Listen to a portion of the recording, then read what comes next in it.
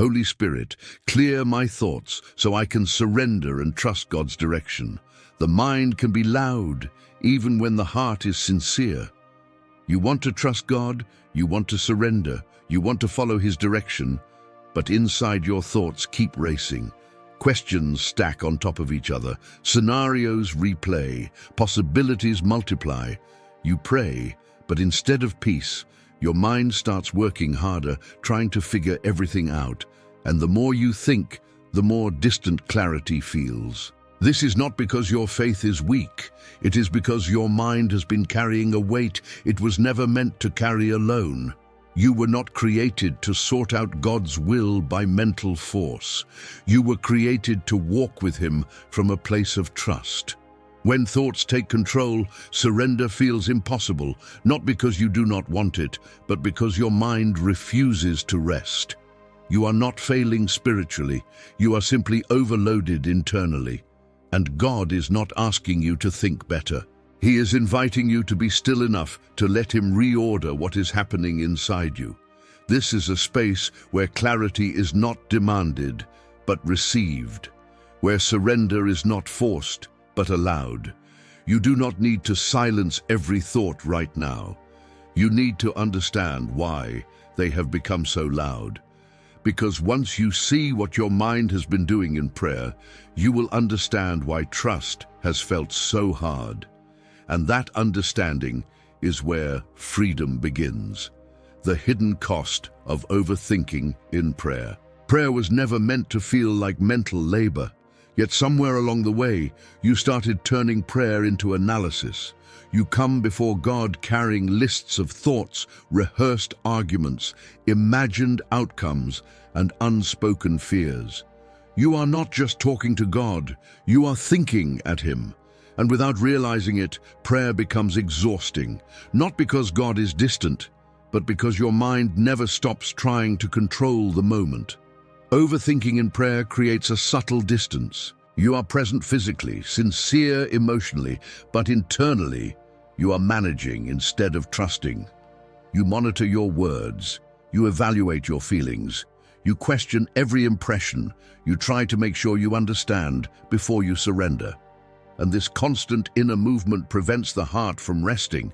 The soul cannot receive direction while the mind is fighting for certainty. The hidden cost of this is that prayer slowly loses its power to calm you. Instead of leaving prayer lighter, you leave more tense. Instead of feeling guided, you feel responsible for figuring everything out. And when clarity does not come, frustration grows. You begin to wonder why God feels silent, when in reality your mind has been speaking non-stop.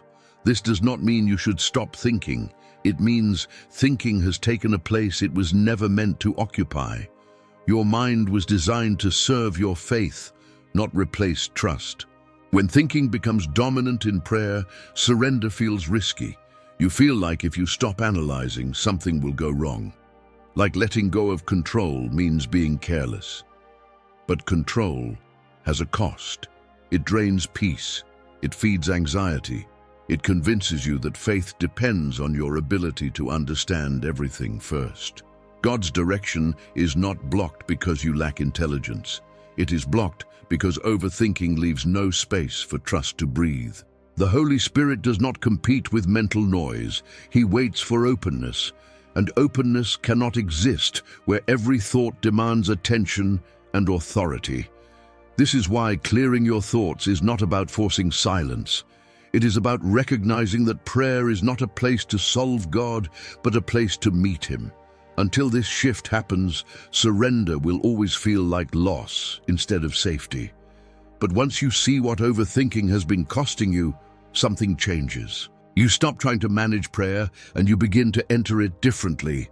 And that leads to a deeper truth that many believers struggle to face. Much of what feels like responsibility in your spiritual life is actually control in disguise.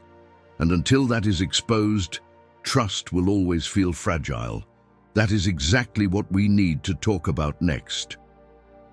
How control disguises itself as responsibility. At some point, control stopped looking like fear and started looking like responsibility. You told yourself that thinking everything through was maturity, that anticipating every outcome was wisdom, that staying mentally alert was the same as being faithful. And slowly, without noticing, trust was replaced by vigilance. You were no longer resting in God's guidance, you were managing it. Not because you wanted power, but because you were afraid of missing something important. This kind of control feels noble. It sounds like care. It sounds like obedience. You convince yourself that if you do not stay on top of every thought, every possibility, every consequence, then you are being careless with your faith. But responsibility rooted in trust feels different from responsibility rooted in fear. One brings peace, the other brings tension, and the tension you feel now is not coming from God. It is coming from the pressure of carrying outcomes that were never placed in your hands. Control disguises itself as responsibility when you believe it is your job to prevent mistakes before they happen. You start thinking ahead, not to be prepared, but to be protected. You pray not to connect, but to make sure nothing goes wrong. You replay decisions in your mind long after they are made. You question impressions God gives you because you want absolute certainty before you move. And in doing so, you confuse faithfulness with mental control. The truth is, God never asked you to manage the future. He asked you to walk with Him in the present. Control promises safety, but it delivers exhaustion. Responsibility guided by trust allows space for correction, growth, and grace. Control demands perfection before movement, and perfection is a weight no human heart can carry without breaking peace. When control is operating, surrender feels dangerous. Letting go feels irresponsible. You fear that if you stop thinking, you will miss God's will. But God's will is not fragile. It does not collapse because you stopped analyzing.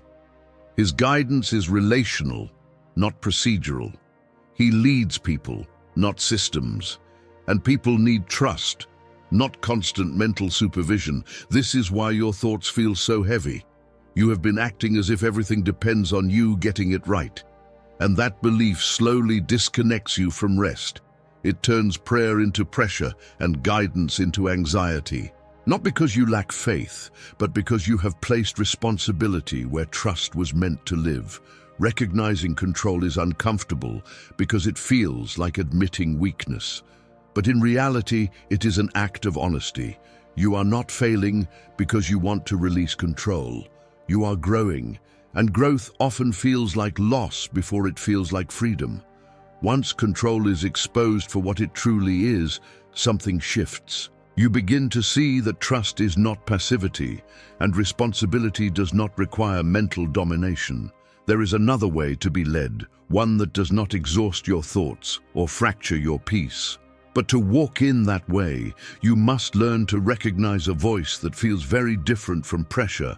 And that difference is subtle, but life-changing. That is what we need to understand next. The difference between God's voice and mental pressure. God's voice does not rush you, and mental pressure almost always does. That difference matters more than you think. When God speaks, there is clarity without force. When pressure speaks, there is urgency without peace. Pressure tells you that you must decide now, understand now, fix now, or something will be lost. God's voice never threatens you with loss to gain obedience. He invites you into alignment, not panic. Mental pressure feels loud, repetitive, and demanding. It loops the same thoughts, replays the same fears, and insists that if you stop thinking, you are being irresponsible. God's voice, on the other hand, is steady. It does not argue with you. It does not multiply scenarios. It does not need to overpower your thoughts to be true. Even when it challenges you, it carries a sense of groundedness that pressure cannot imitate. One of the clearest signs of pressure is how it treats your body and emotions. Pressure tightens. It speeds your breathing. It creates tension in your chest. It leaves you feeling mentally crowded and emotionally drained. God's voice may stretch you, but it does not fracture you. It brings conviction without chaos. It leads without confusion. And even when the direction is not fully clear, there is a sense that you are being held, not pushed. Pressure often speaks in extremes. It tells you that one wrong step will ruin everything. That delay is failure. That uncertainty is danger. God does not speak this way. He knows your limits. He knows your frame. He does not guide by intimidation. His voice is consistent with his character, and his character is patient, faithful, and present. Learning this distinction changes how you listen. You stop obeying every urgent thought as if it were divine. You begin to notice the tone, the fruit, the weight of what you are hearing internally. You realize that not every strong thought carries authority, and that realization creates space for peace to return, space for trust to grow. Once you see the difference between God's voice and mental pressure, another question naturally rises. If pressure is not from God, why does he sometimes allow silence instead of immediate direction? That question is not a problem. It is an invitation, and understanding it will change how you interpret waiting altogether.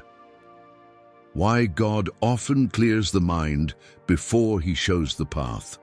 God is not withholding direction to test your patience. He is preparing your inner posture so that when direction comes, it can be trusted. If God gave clear instructions while your mind was crowded, anxious, and controlling, those instructions would be filtered through fear instead of faith. That is why clarity often feels delayed, not because God is distant, but because your mind needs space before guidance can take root. God cares more about alignment than information. He knows that a restless mind will turn even the clearest direction into pressure. When thoughts are tangled, direction becomes another burden to manage instead of a path to walk. So before showing you where to go, God works on how you listen. He clears what competes for authority inside you. He quiets what demands control. He restores the ability to trust without needing to understand everything first. This is why silence can feel uncomfortable but purposeful. Silence exposes what has been filling your thoughts. It reveals how much you have relied on mental effort instead of relational trust. And while that exposure feels unsettling, it is not condemnation. It is preparation. God is not removing answers. He is removing noise. Because direction does not land well in a mind that is still fighting to stay in control. Clearing the mind does not mean erasing thoughts. It means restoring order. It means returning thoughts to their proper place, where they serve trust instead of replacing it. When your mind slows, you become more receptive, not passive, but available. And availability is essential for surrender. You cannot surrender while gripping every possibility. God's pattern has always been this way. He shapes the heart before he shapes the path. He establishes trust before he establishes movement. If he showed you the whole picture now, your mind would race ahead and peace would be left behind. So he clears first, not to delay you, but to protect you. Once you understand this, waiting changes meaning. It stops feeling like uncertainty and starts feeling like preparation. You realize that clarity is not absent, it is forming, and that formation happens quietly, internally, patiently. When the mind becomes less crowded, direction does not feel overwhelming, it feels natural. It feels safe. This prepares you for the next step in the journey, because even when the mind is calmer, thoughts will still come. The question then is not how to stop them, but how to relate to them without giving them control. That is where true freedom begins, and that is exactly what we need to explore next. Learning to let thoughts pass without obeying them. Not every thought that enters your mind deserves a response. This may sound simple, but it changes everything. You have been treating thoughts as instructions instead of visitors. Every idea, every fear, every possibility arrives and immediately asks for your attention, your agreement, your action, And because you care deeply about doing the right thing, you feel obligated to follow them. But surrender begins when thoughts lose their authority, not when they disappear. Letting thoughts pass does not mean ignoring reality or suppressing what you feel. It means recognizing that a thought can exist without ruling you. Fear can speak without being obeyed. Doubt can appear without becoming direction. Even good intentions can be questioned before being acted on. The Holy Spirit does not require you to react to everything you think. He teaches you how to remain present while thoughts move through you. Most mental exhaustion comes from obedience to internal noise. You think because you believe you must. You analyze because you fear missing something. You replay because you want certainty, but certainty is not found by chasing every thought. It is found by learning which thoughts deserve weight and which do not. And that discernment does not come from effort, it comes from stillness and trust. When you allow a thought to pass without obeying it, something shifts, the urgency fades, the pressure loosens. You begin to experience space between what you think and who you are. That space is sacred. It is where peace grows. It is where surrender becomes possible. Because you are no longer trapped in reaction mode, you are choosing presence instead. The Holy Spirit works powerfully in this space, not by silencing your mind forcefully, but by gently reminding you that you are not required to solve everything mentally. His guidance does not come through mental domination, it comes through inner alignment. And alignment requires freedom. Freedom from the belief that every thought carries truth or authority. You may notice that when you stop obeying anxious thoughts, clarity does not disappear. It actually strengthens. The thoughts that matter remain calm, consistent, and grounded. They do not rush you. They do not threaten you. They align with peace rather than steal it. And this is how you begin to recognize what is truly from God. Learning to let thoughts pass is not a technique. It is a posture of trust that says, I do not need to control everything to be faithful. I can remain open without being overwhelmed. I can listen without obeying fear. And as this posture settles, surrender stops feeling like loss and starts feeling like safety. This prepares the heart for a deeper shift, because surrender is often misunderstood as passivity. But what God invites you into next is not passive at all. It is intentional, active, and deeply freeing. And understanding that difference will change how you walk with Him from here forward. When surrender stops being passive and becomes intentional. Surrender is not giving up. It is choosing where your trust will live. For a long time, surrender may have sounded like silence, waiting or doing nothing. And because your mind is active and responsible, that version of surrender felt unsafe.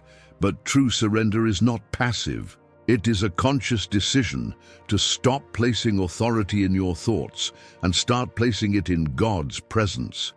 Intentional surrender begins when you recognize that control is no longer protecting you. It is exhausting you. You are not letting go because you are tired of caring. You are letting go because you care deeply and you want to remain whole. This kind of surrender does not remove responsibility. It reorders it. You still show up, you still choose, you still act. But you no longer act from pressure, you act from trust. When surrender becomes intentional, you stop asking God to explain everything before you move. You start asking Him to steady your heart as you move. That shift is subtle but powerful. It moves your focus from outcomes to alignment, from certainty to faithfulness, from mental mastery to relational confidence. And that is where peace begins to grow roots. Intentional surrender also means choosing not to revisit what has already been given to God. You release a thought, a fear, a situation, and you resist the urge to take it back mentally 5 minutes later. This is not denial. It is discipline of trust. You are training your heart to remain open instead of reactive. And each time you do this, surrender becomes less frightening and more familiar. God honors this kind of surrender because it creates space for guidance without force. He does not overpower your will. He partners with it. He leads you from within, not by external pressure, but by internal agreement. When your will rests instead of fights, direction feels lighter.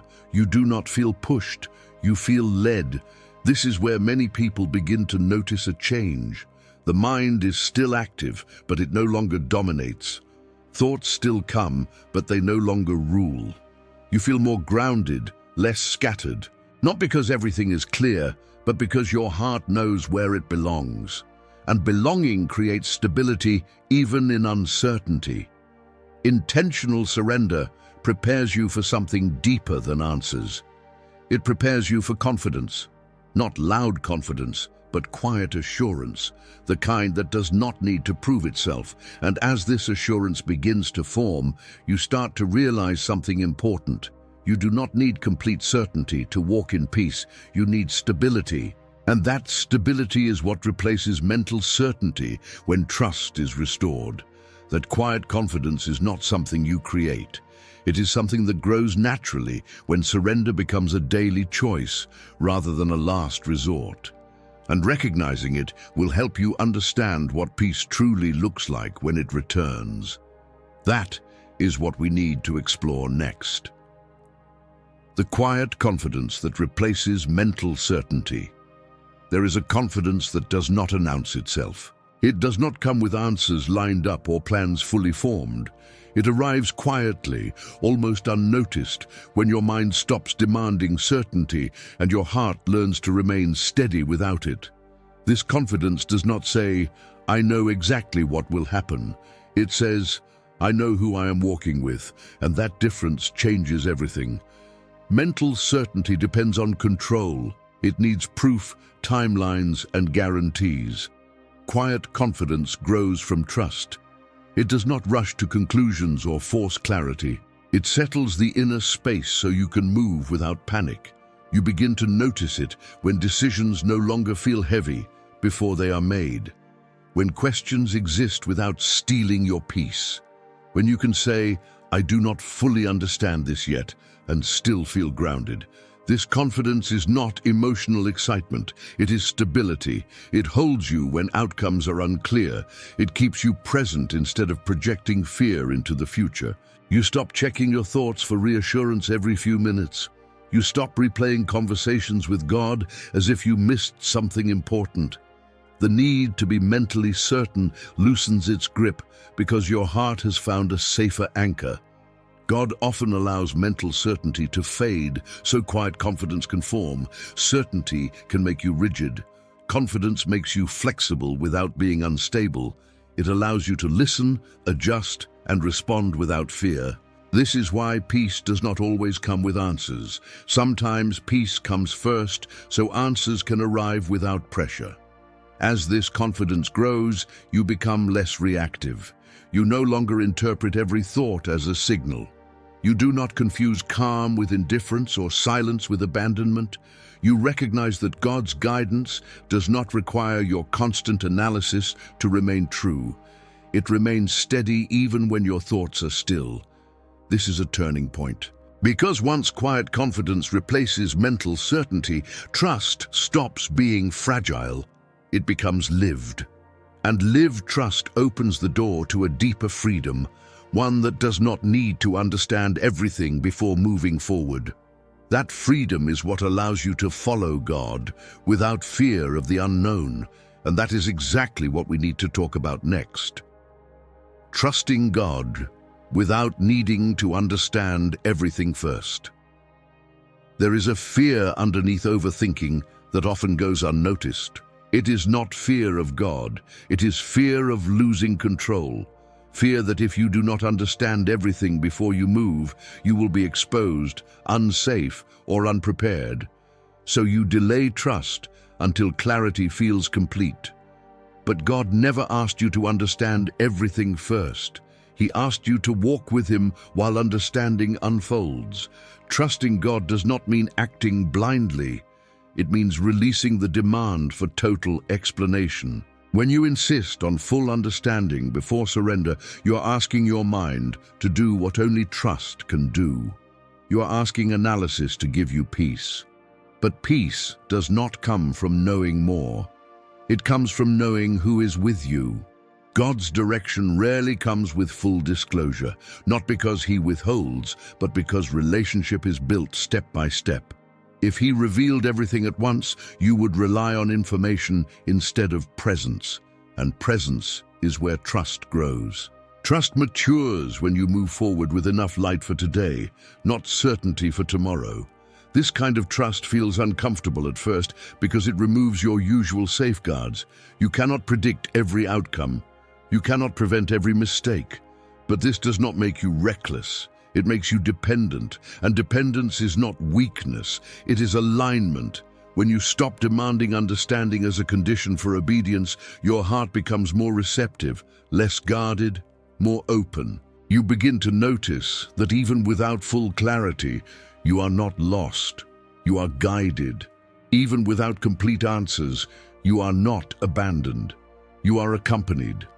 This realization reduces the need to overthink, because you no longer feel alone in uncertainty. You stop carrying the future mentally, you carry trust instead. God does not lead by overwhelming the mind. He leads by strengthening the heart. And when the heart is anchored, the mind no longer needs to dominate. It can rest. It can serve instead of rule. Understanding still comes, but it comes in rhythm, not pressure. Learning to trust without understanding everything first changes how you relate to uncertainty. It no longer feels like danger. It feels like space. Space for God to work without resistance. Space for peace to remain even when clarity is partial. This kind of trust prepares you for something deeper than calm thoughts. It prepares you for inner reordering. Because when trust is established, the Holy Spirit does more than quiet your mind. He begins to reshape how your thoughts are formed in the first place. That inner transformation is subtle, but it is powerful. And it is what we need to explore next. How the Holy Spirit reorders thoughts from the inside out. The Holy Spirit does not fight your thoughts one by one. He changes the place they come from. When your heart is surrendered, your thoughts begin to reorganize naturally. Not because you are forcing discipline, but because the source of your thinking has shifted. Instead of fear leading, trust begins to lead. Instead of urgency setting the pace, peace sets the rhythm. This reordering is quiet. You may not notice it at first. Thoughts still appear, but they carry less weight. They no longer rush you. They no longer demand immediate action. You begin to sense that some thoughts pass through without leaving marks, while others remain gently and consistently. That consistency is important. The Holy Spirit works through stability, not pressure. He forms clarity by repetition of peace, not repetition of fear. As this inner order develops, your mind becomes a place of discernment instead of noise. You stop reacting to every idea. You stop giving equal authority to every concern. You become more attentive, less anxious. Not because life is simpler, but because your inner world is no longer chaotic. The Spirit does not erase complexity. He gives you the capacity to carry it without overload. This process also restores trust in your inner perception. Not self-trust detached from God, but confidence that when your heart is aligned, your thoughts are less deceptive. You begin to recognize when a thought is drawing you closer to God versus pulling you into control. That awareness reduces confusion. You no longer feel lost inside your own mind. The Holy Spirit reorders thoughts by reshaping priorities. What once felt urgent loses importance. What once felt overwhelming becomes manageable. You stop thinking from panic and start thinking from presence, and presence changes the quality of every thought that follows. This transformation is not instant, but it is reliable. It deepens as surrender becomes a habit instead of a moment. And as your inner world stabilizes, something practical begins to emerge. You start living guided without feeling mentally overloaded. Guidance becomes part of your daily rhythm, not a heavy mental task. That is the life this journey is leading toward, and that is what we need to talk about next. Living guided without living overloaded. Being guided by God was never meant to feel like mental strain. When guidance becomes heavy, something is out of order. You start feeling like every thought must be examined, every decision must be perfect, every step must be spiritually correct. And slowly, guidance turns into pressure. But when the Holy Spirit leads, He does not add weight. He brings order. He simplifies what fear complicates. Living guided without being overloaded means you no longer carry direction in your head all day. You carry it in your posture. You wake up attentive, not anxious. You move through the day responsive, not reactive. You do what is in front of you without mentally dragging the future along. Guidance becomes something you live from, not something you constantly analyze. This kind of life is marked by responsiveness instead of over-planning. You remain open but not tense. You listen, but you are not hypervigilant. You trust that God can redirect you without you having to anticipate every correction. That trust frees mental space. It allows you to focus on what is real now instead of what might happen later. When you live this way, your thoughts no longer pile up at night. You are able to rest without replaying conversations with God. You stop asking yourself if you missed something important, not because you are careless, but because you are settled. You know that if something truly needs your attention, God will make it clear without overwhelming you. This does not make you passive. It makes you present. You still make decisions. You still think, but thinking no longer feels like a burden. It becomes a tool instead of a battlefield. Your mind serves your trust instead of fighting it. As this rhythm stabilizes, you notice a new kind of peace. Not the peace of having everything figured out, but the peace of not needing to. You begin to experience guidance as companionship rather than instruction. And that companionship prepares you for the final and most important shift of all, a mind that is settled enough to follow God without fear. That is where this journey leads. A settled mind that can follow God without fear. Finally, there's a kind of peace that does not depend on answers. It does not come from understanding everything or feeling completely sure. It comes from knowing that your mind no longer has to protect you. When your thoughts settle, fear loses its authority. Not because fear disappears, but because it no longer decides where you go. This is the place where following God stops feeling risky and starts feeling safe. A settled mind does not mean an empty mind. It means a mind that knows where to rest. Thoughts still arise, but they do not pull you in every direction. Questions still appear, but they do not demand immediate resolution. You are able to hold uncertainty without being consumed by it, and that is what allows trust to become natural instead of forced. In this place, surrender no longer feels like loss. It feels like relief. You are no longer handing God something fragile. You are handing Him what was never meant to be carried alone. The need to control fades, not because you stopped caring, but because you discovered a deeper care, a care rooted in relationship, not outcomes. You follow God now without fear because your heart is no longer bracing for impact. This is what the Holy Spirit has been forming all along. Not perfect clarity, but inner stability. Not mental dominance, but spiritual grounding. You no longer need your thoughts to guarantee safety. You trust God's presence to do that. And when presence becomes the anchor, direction stops being intimidating. You begin to notice how different your inner life feels. Decisions no longer steal your peace before they are made. Silence no longer threatens you. Waiting no longer feels like abandonment. You move forward gently, attentively, without pressure. Not because everything is clear, but because you are no longer afraid of what is unclear. This is the fulfillment of what you asked for. Not a command, not a sign, not a loud answer, but a mind calm enough to surrender, a heart steady enough to trust, a posture that allows God to lead without resistance. You are not being pushed, you are being accompanied, and from this place, following God becomes less about getting it right and more about staying connected. You walk knowing that even if adjustments are needed, you will not be lost. Even if mistakes happen, you will not be abandoned. Fear no longer has the final word because trust has found a home. Remain here. Do not rush to fill this space with plans or explanations. Let this settled place become familiar, because from here, God's direction will not feel heavy. It will feel possible. And that is enough to walk forward one step at a time without fear.